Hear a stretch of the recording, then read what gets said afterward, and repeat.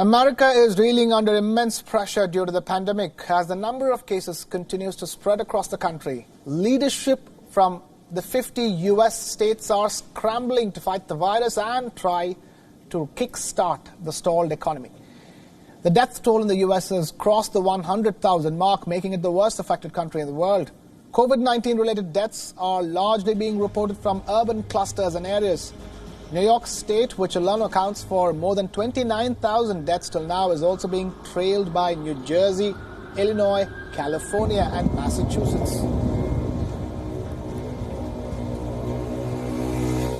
We mourn for every life the virus has claimed, and we share the grief of all of you who have lost a loved one. Apart from healthcare professionals, doctors and nurses, other frontline workers fighting the pandemic are the funeral rights workers. As funeral homes in New York continue to be overwhelmed by the increasing number of deaths, they are running out of resources to cremate or embalm the deceased bodies. And it's just hard. You wake up in the morning and like yesterday, and you kind of worry about what news you're going to get. And first thing was a message from a friend who was asking that I assist her with her father's obituary. He had passed on Sunday. And then within a few hours, I get another text message as I'm driving, and that text informs me that my aunt had passed away. And it's just, it just all becomes very surreal.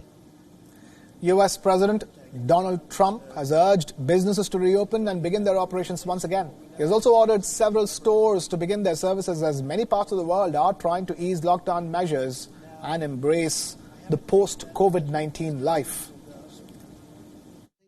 You want to keep it the way it is. You don't want to see panic because there's no reason to be panicked about. But when I mentioned the flu, I said, actually, I asked the various doctors, I said, is this just like flu?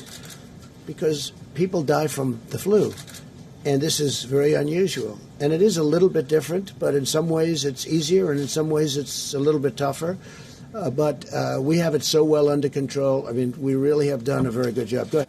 The coronavirus crisis is far from over in the United States. As Russia, Latin America and Asia emerge as the new COVID-19 epicenters, cases in the U.S. also seem to be increasing. As of now, the lethal pandemic has infected more than 1.72 million people and over 100,000 have been killed. President Trump has also ordered that flags at the federal buildings be flown half-staff for the next 3 days to condole the death of victims.